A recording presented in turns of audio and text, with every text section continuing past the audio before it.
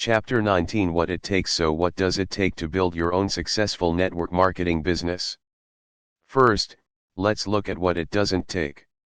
You don't need an MBA or high-powered business background. Remember the word duplicable. The strategies that work best in networking are those that duplicate best. Network marketing does for a B quadrant business model what Henry Ford did for the automobile industry. It reduces the process to component parts that can be mass-produced. John, a successful network marketing business is not a handcrafted masterpiece made by one skilled pair of hands. It's a symphony of simplicity crafted by hundreds of thousands of hands. You don't have to be great at sales. Again, one of the biggest misconceptions that people who are not actually in network marketing often have about the business is that you need to be a born salesman to be successful here. Nothing could be further from the truth. In fact, holding on to that idea will hurt you in network marketing. Why? Because great salesman types cannot duplicate themselves. John, remember, this is not principally a sales business, but a teaching, team building, and leadership business. Your job is not to sell a lot of product, and it isn't even to teach a lot of people to sell a lot of product. It's to lead, train, and build people. It is first and foremost to build a network. Robert, making the sale is not the point, building the network is the point. John, exactly. 103. See Chapter 19, What it takes. You don't need to quit your job. In fact, it's vastly preferable not to quit your job when you're starting out. For one thing, building your own business is not like starting a new job, where you start earning a paycheck the moment you show up for work. It's going to take time to build your network. Give it time. John, and not only for financial reasons. Even if you could afford to quit your job, many new networkers find that once they get their businesses going, being connected to their co-workers can serve as a source for prospective partners or referrals to prospective partners. The great majority of network marketers build their businesses part-time. The 2008 National Salesforce survey conducted by the Direct Selling Association showed that only about 1 in 8 network marketers work 20 hours or more per week on their business. You don't need to be rich or take out a second mortgage on your home. Most network marketing businesses require less than $500 in actual out-of-pocket startup costs. Make no mistake about it, what you save in cash capital you will make up for in sweat equity and passion. The major investment in most self-owned businesses is investment of oneself, in the form of time, focus, and persistence. But you don't need a pile of cash to start. John, still, just because the capital investment is low does not mean it's non-existent. This is a business, and you need to run it like a business. And that means you will have monthly operating costs. Typically, your monthly budget will be very modest, a monthly supply of the product sampling, and the cost of contact and presentation tools, such as those mentioned above, CDs, DVDs, websites, etc., as well as ongoing business development and personal development materials. So, no, you don't need a big cash stake to start, but you do need to budget some reasonable monthly expenditures. You don't need to be a genius at negotiation or a whiz at numbers. You do need a burning desire and determination fueled by a strong dose of passion. You have to love what you do, says my friend Donald Trump. Without passion, great success is hard to come by. As an entrepreneur, you'll have tough times if you aren't passionate about what you're doing. Those are a few of the things it doesn't take to build a successful network marketing business. Now let's look at what it does take. 104. The business of the 21st century. It takes being honest with yourself. Building a B quadrant business is not an easy task. You need to ask yourself, do I have what it takes? Am I willing to go beyond my comfort zone? Am I willing to be led as well as to learn to lead? Is there a rich person inside of me, ready to come out? If the answer is yes, then start looking for a network marketing business that has a great training program. John, I would also add this, make sure you are clear on where you are and what you would like to accomplish in your life. Having a vision for what you would like to accomplish is essential. Then, get clear on your expectations. Get clear on what it will take, in terms of time put in each week, as well as money, skills, and resources. Get clear on what actions you'll need to take to make this business successful. Get clear on a realistic time frame. In the book I wrote with Donald Trump, Why We Want You to Be Rich, Donald wrote, "Network marketing requires an entrepreneurial spirit, and that means focus and perseverance. I do not recommend network marketing to people who are not highly self-motivated." Donald is absolutely right. It takes the right attitude for me. Becoming an entrepreneur is an ongoing process, one that I am still involved in. I believe I will be an entrepreneur in training till the end. I love business, and I love solving business problems. It is a process that brings me the kind of life I want. So, although the process has been tough for me at times, it has been worth it. One thought has kept me going: it was my glow in the dark, even in the darkest of hours.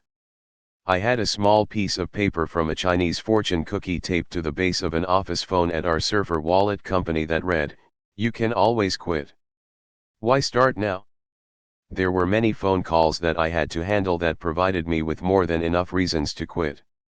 Yet, after hanging up the phone, I would glance at the words of wisdom from the fortune cookie and say to myself, as much as I want to quit, I won't quit today. I'll quit tomorrow. The good thing is, tomorrow never came. My rich dad used to say if getting rich were easy, everybody would be rich. That's why, when people ask what was the number one thing that allowed me to become rich, I say that I didn't want anybody to tell me what to do. I wanted my freedom so badly. I didn't want job security. I wanted financial freedom. And that's what network marketing offers. 105 See Chapter 19, What It Takes. If you like somebody telling you how much you can make and when you should arrive and leave work, then a network marketing business is not for you. It takes real growth. A network marketing business can be a B quadrant business. But that doesn't necessarily mean it will be. That's up to you. Network marketing is the perfect vehicle for people who want to enter the world of the B quadrant. While your income potential in the E and S quadrants is typically limited to how much you as an individual can produce, in a network marketing business, you can earn as much as your network generates. That means, once you build a very large network, you can earn a massive amount of money. However, simply joining a network marketing company does not make your new venture a B quadrant business, not until it's truly large. John, the technical definition of a big business is one that encompasses 500 or more people. Again, those 500 are usually described as employees, but the point is the numbers involved. When you build a network of 500 or more independent representatives, what you have definitely fits the definition of a big, or B quadrant, business. And a network marketing business system is designed to expand to well over 500 people. It's common for an individual's network organization to grow to several thousand or even tens of thousands, and it is not unusual to see network organizations of hundreds of thousands. Newcomers to the networking business often make the mistake of treating their fledgling network's income as free money, readily disposable income from day one. But when you have just 5, 10, 50, or even 100 or 200 people in your network, your new business is still very much in the formative period. It is not yet a big business. Once your network grows beyond 500 people and is getting into the thousands, you have a true B quadrant business that is generating passive income. It is not only a viable network, it is an income generating asset. But this means that the interval from when you join your company up to the point that you reach that 500 plus scale of business is a formative period, a time of laying your foundation. Keep it in perspective. Keep your eye on the real goal, wealth building. It takes time. If you have the idea that you can start a network marketing business and expect to start making money right away, then you are still thinking like someone who lives in the E or S quadrants. In fact, it is people in the E and S quadrants who are most often sucked into the get-rich-quick schemes and scams of life. 106 The business of the 21st century. John, there is no such thing as a get-rich-quick method in network marketing. While the activities of the business are simple, they require time and effort, the foundation of passive income. The DSA says that, on average, 1 in 10 contacts will say yes to the opportunity. However, that figure improves with the business owner's level of experience. Remember, this number will hold true in volume. Though you may not find it average for just 10 contacts, you'll discover it is true for 100 contacts. Over the years, there have been some people who have promoted the network marketing business as a sort of fast track to wealth. Of course, this is total nonsense. The people in network marketing who have developed their leadership skills, built their businesses, and developed genuine wealth have spent long, hard years doing it. So don't be fooled if you hear anyone try to tell you that you should see quick results. This isn't some sleight of hand or 6-month, hit-it lucky joyride. This is serious business. This is your life we're talking about here. In the real world of business, if you cannot start producing business within 3 to 6 months, you are fired. Xerox was a little more generous, they gave me a year to learn and a year of probation. If I hadn't had those 2 years, I would have been fired. Your situation is different, your network marketing company is not going to fire you, so don't fire yourself. Don't give it a few months or a year of effort and then say, oh well, I guess that didn't work out. Give it the time it needs. Robert, John, when I tell people, give it time, I invariably get the question, okay, how much time? How would you answer that? John, I say give it 5 years. Robert, that's exactly the same answer I give. In fact, it's the same for building any kind of business. I call it my 5-year plan. The 5-year plan. If you are serious about starting your journey, I recommend committing to a minimum of 5 years of learning, growing, changing your core values, and meeting new friends. Why? Because that's realistic. It took years for Howard Schultz to build Starbucks, for Ray Kroc to build McDonald's, and for Michael Dell to build Dell Computers. It takes time to build great companies and great business leaders. It took me years to build my own successful B-quadrant business. It will take you years to build your network marketing business. Why should it be any different? Most people don't think in terms of years, trained by advertising and the paycheck-to-paycheck values of the E-quadrant, they think in terms of immediate 107. See Chapter 19, what it takes gratification. Is it any wonder that so many people, when they first consider putting their toe into the B world, are so susceptible to the idea of get rich quick? I signed up a week ago. When do I start making the big money? Folks, get rich quick is an oxymoron. A rich relationship doesn't happen quickly, a richly rewarding novel is never written overnight. Creating richness, by definition, takes time, and this is just as true of financial richness as it is of any other kind. This is why there are so few people in the B quadrant. Most people want money but are unwilling to invest their time. 10,000 hours, do the math. If you work 8 hours a day, 5 days a week, you hit the 10,000 hour mark after 5 years of full-time effort.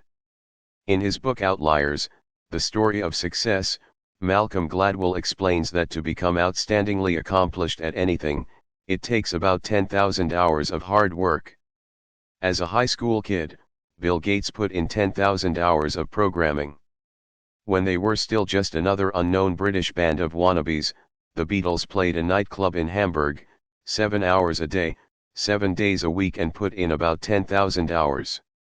What's really interesting about this 10,000 hour rule, says Gladwell, is that it applies virtually everywhere. You can't become a chess grandmaster unless you spend 10,000 hours on practice. The tennis prodigy who starts playing at 6 is playing in Wimbledon at 16 or 17 like Boris Becker. The classical musician who starts playing the violin at 4 is debuting at Carnegie Hall at 15 or so. 10,000 hours, do the math. If you work 8 hours a day, 5 days a week, you hit the 10,000-hour mark after 5 years of full-time effort. Fortunately for you, mastering network marketing is not like becoming a chess grandmaster. You don't need to become Boris Becker, the Beatles, or Bill Gates.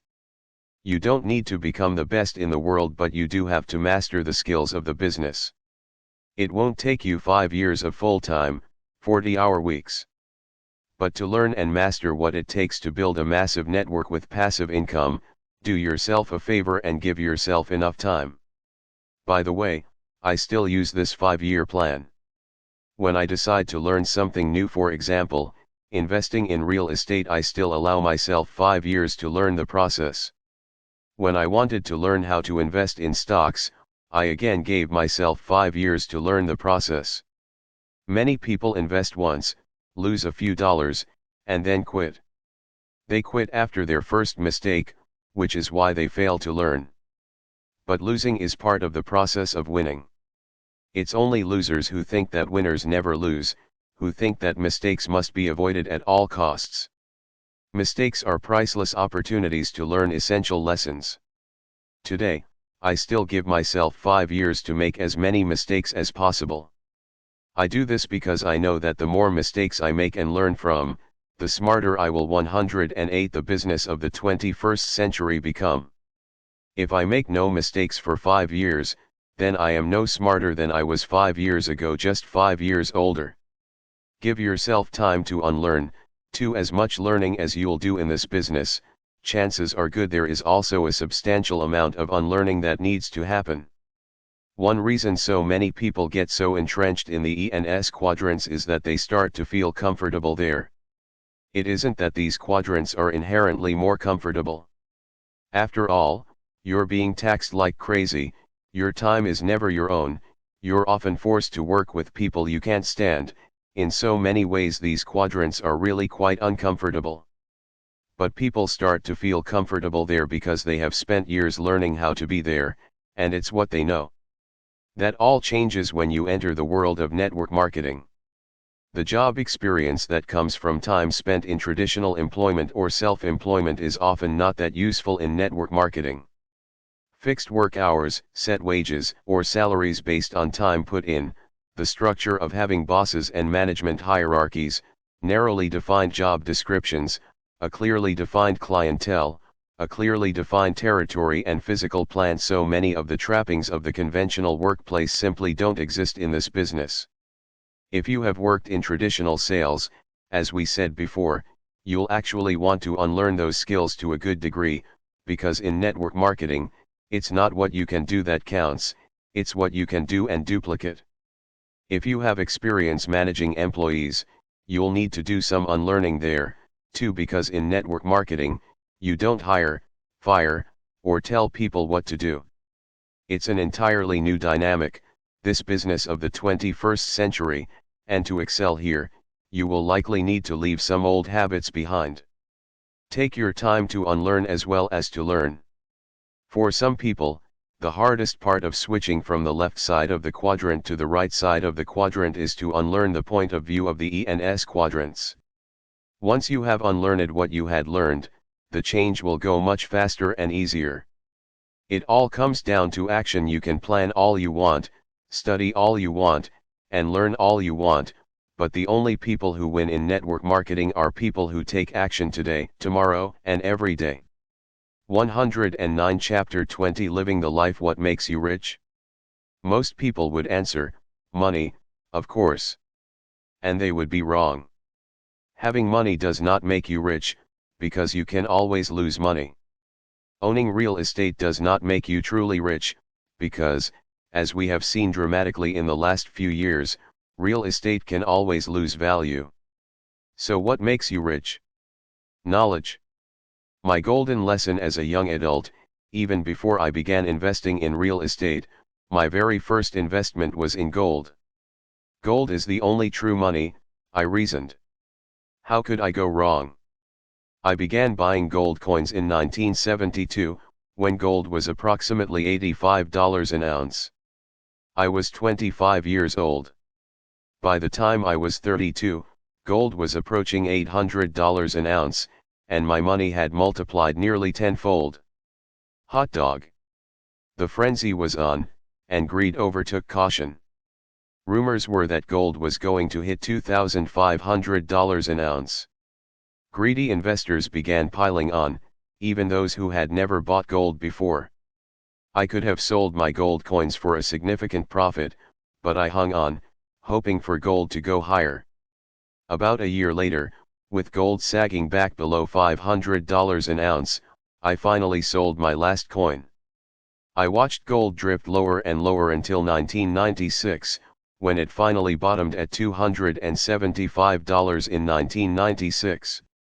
It is not real estate, gold, stocks, hard work, or money that makes you rich.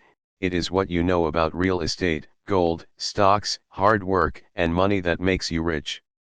Ultimately, it is your financial intelligence that makes you rich. I didn't make much money with it, but gold taught me a priceless lesson about money.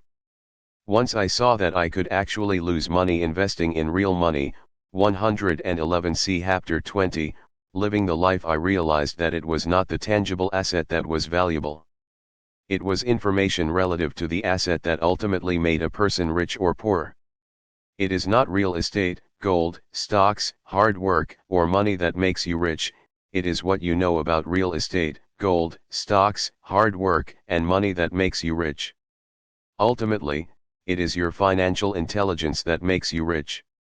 Financial intelligence has little or nothing to do with academic intelligence. You can be a genius when it comes to academic intelligence, but a moron when it comes to financial intelligence. 1. Knowing how to make more money. The more money you make, the higher your financial intelligence. Someone who earns $1 million a year has a higher financial IQ than one who earns $30,000 a year. 2. Knowing how to protect your money. The world is out to take your money, and it's not just the Bernie Madoffs. One of the biggest financial predators is your government, who takes your money legally. Take two people who both make $1 million a year. If one pays 20% in taxes while the other pays 35%, the first person has a higher financial IQ. 3. Knowing how to budget your money. Many people fail to keep much money out of what they earn, simply because they budget like a poor person rather than like a rich person. Budgeting your money also takes financial intelligence. Take two people. Person A earns $120,000 a year, and person B earns only $60,000 a year. Who has more financial intelligence? Person A. Not so fast. Let's say person A also spends $120,000 every year, putting him at square one at year's end. But person B, who earns only $60,000, budgets carefully and is able to live well on just $50,000, and invests the remaining $10,000. Who ends up with more? If you have poor money management skills, then all the money in the world cannot save you. If you budget your money wisely, and learn about the B and I quadrants, then you are on the path to great personal fortune and, most importantly, freedom. Being able to live well and still invest no matter how much or how little you make requires a high level of financial intelligence. Having a surplus is something you have to actively budget for. 4. Knowing how to leverage your money. After you budget a surplus, the next financial challenge is to leverage that surplus. Return on investment is yet one more measurement of financial intelligence. 112 The business of the 21st century. The person who earns 50% on his money has a higher financial IQ than one who earns 5%. And the one who earns 50% tax-free on his money has a much higher financial IQ than the one who earns just 5% and then pays 35% in taxes on that 5% return. Most people save their financial surplus, if they have any, by sticking it in a bank or putting it into a mutual fund portfolio, hoping this will leverage their money. But there are much better ways to leverage your money than savings and mutual funds. Those don't require much financial intelligence. You can train a monkey to save money and invest in mutual funds, which is exactly why the returns on those investment vehicles are historically pretty pitiful. A magnificent life. The purpose of your network marketing business is not simply to make you money, but to give you the skills and financial intelligence so that you will use that additional money to build genuine wealth. But even that is not the end goal. The end goal of building that wealth is so that you can live a magnificent life. From my observations of people in many different situations, I would say there are 3 ways to live. These 3 ways are driven by 3 different emotions, and also correspond closely to 3 different financial and emotional states. Living in fear. I know what it's like to be broke. I've described how, in 1985, in many ways the worst year of my life, Kim and I were in such dire straits financially that we were literally homeless and living in our old broken down Toyota. The feeling of fear during those days was paralyzing, so intense that it numbed our entire bodies. I knew this feeling. It was the same sense I had as a young child, growing up in a family that was broke most of the time. That dark cloud of not enough money hung over our family for most of my childhood. Not having enough money to live on is a horrible experience, and it hurts in many more ways than financial. It can undermine your self-confidence and sense of self-worth, and sabotage every aspect of your life. Living in anger and frustration. The second way of living is living with the emotion of anger or frustration from having to get up and go to work, especially when you would rather be doing something else. A person who lives with this feeling may be someone who has a good job and high pay but cannot afford to stop working. That is where the frustration comes from. They know if they stop, the world they live in would come crashing down. People like this may say, I cannot afford to quit. If I quit, the banks would come and take everything away. These people often say, I can't wait until my next vacation, or only 10 more years to retirement.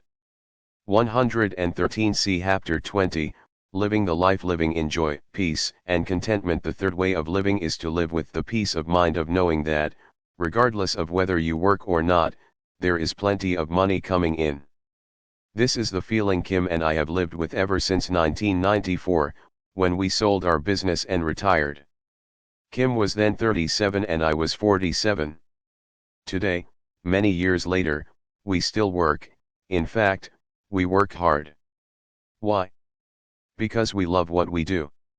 The feeling of not having to work, knowing that no matter what we do we'll have more than enough money coming in for as long as we live, is an amazingly freeing, exhilarating feeling, allowing us to do what we genuinely love.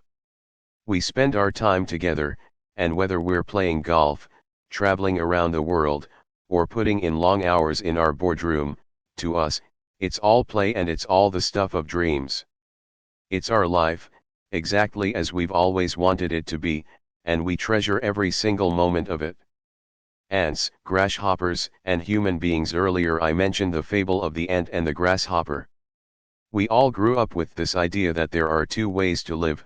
You can live like the good, modest, industrious, and frugal ant and sock away crumbs for the future, or, like the irresponsible and spendthrift grasshopper, dance and fiddle away the days without a thought of the future. In some ways, this image has done us more harm than good. Sure, it's good to be responsible and frugal, and to prepare for the future. But look at the ant's lifestyle. Do you really want to be a cog in a gigantic ant colony, pushing little crumbs of dirt around, day after day, for the rest of your life? Let's face, we're not ants, and we're not grasshoppers, either, we're human beings. Is it unreasonable to expect that we should be able to live the full lives which we humans are capable of living? If you grasp the basics of wealth, if you manage your money, your time, and your attention with intelligence, if you create big dreams and have the audacity to follow them, then you can live a life that meets with a success unexpected in common hours. 114. Chapter 21, The Business of the 21st Century. One reason I have such strong respect for network marketing is that it is a genuine equal opportunity business. Network marketing casts a very wide net. When you look closely at the more than 60 million people worldwide who are engaged in the business, you'll find people of every color and creed, every age group, and every level of background, experience, and skill. This also makes it the business of the future. In the 21st century, we are realizing as never before that wealth, as I said earlier, is not a zero-sum game. It's not a question of some of us prospering by holding others down. The future of genuine wealth lies in pioneering ways of doing business that elevate the financial well-being of humanity. Those are my personal business values, and network marketing shares those values. And championing those values not only feels good, it's also good business. Democratic wealth building. One of the principal reasons I have put so much energy into supporting and promoting the network marketing industry is simply this: its systems are fairer than previous systems of acquiring wealth. A network marketing system is set up to make it possible for anyone to share in the wealth. This is a very democratic way of wealth creation. The system is open to anyone who has drive, determination, and perseverance. The system does not really care what college you went to or whether you went to one at all. It does not care how much money you are making today, what race or sex you are, how good looking you are, who your parents are, or how popular you are. Most network marketing companies care primarily about how much you are willing to learn, to change, and to grow, and whether you have the guts to stick it out through thick and thin while you learn to be a business owner. Network marketing is more than just a good idea. In many ways, it is the business model of the future. Why? Because the world is finally starting to awaken to the reality that the industrial age is over. 115 See Chapter 21, The Business of the 21st Century. For a world with less and less of its former security, network marketing is emerging as a new engine of individual achievement and security. Network marketing gives millions of people throughout the world the opportunity to take control of their lives and their financial futures. That is why, even though old world thinkers persist in not seeing it yet, the network marketing industry will continue to grow. In the years ahead, I expect to see an explosion in the prevalence, penetration, visibility, and maturation of leading network marketing companies. Earlier I wrote about how Thomas Edison became rich, not by making a better light bulb, but by creating the network that supported the light bulb. Edison had a young employee named Henry who did something very similar with another new invention that, at the time, seemed to have no real practical use. By its very nature and design, network marketing is a strikingly fair, democratic, socially responsible system of generating wealth. Like Edison with the light bulb, young Henry Ford did not invent the automobile, but he did something radical that forever changed the invention's destiny, along with the destiny of millions of people. At the turn of the century, the automobile was seen as a curiosity, a rich person's toy. And indeed, they were so inordinately expensive that only the rich could afford to own one. Ford's radical idea was to make the automobile available to everyone. By slashing production costs and adapting the assembly line to mass-produce standardized inexpensive cars, Ford became the largest automobile producer in the world. Not only did he make his car affordable, he also paid the highest wages in the industry and even offered profit-sharing plans, redistributing over $30 million annually to his workers, and $30 million was worth a lot more in the early 1900s than it is today. Ford's mission statement was to democratize the automobile, and in the course of fulfilling that mission, he made himself a very rich man. Network marketing is a revolutionary form of business. For the first time in history, it is now possible for anyone and everyone to share in the wealth that, until now, has been reserved only for the chosen few or the lucky. The business is not without its detractors. And it has had its share of hucksters and flim-flam artists, unethical people trying to make a quick buck. But by its very nature and design, network marketing is a strikingly fair, democratic, socially responsible system of generating wealth. Despite what its detractors will tell you, network marketing is not a very good business for greedy people. In fact, the only way you can become rich in network marketing is by helping others become rich in the process.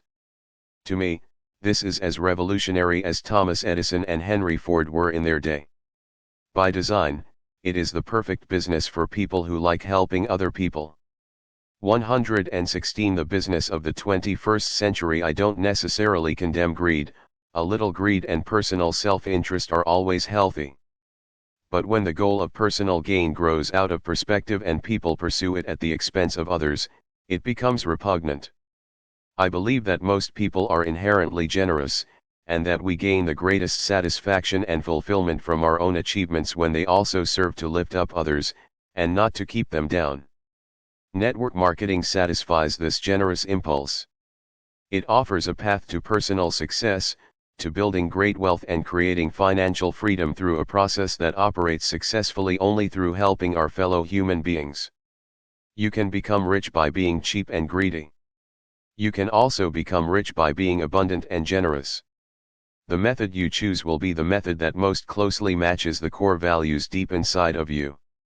An economic foundation for peace. I flew helicopter missions over the jungles of Vietnam, and I know from first-hand experience what war is like. I also know that inequity is one of the core causes of war. As long as the gap between the rich and the poor widens, it is going to be tough to create conditions of peace. We can march for peace, give speeches endorsing peace, form committees to study peace, and promote peace, but it's going to be impossible to actually create that peace we talk about unless and until we can begin to bring substantially more economic opportunity to many millions of people. And as huge a goal as that sounds, that is exactly what network marketing is doing. Today, many network marketing companies are spreading peace through economic opportunity all over the world.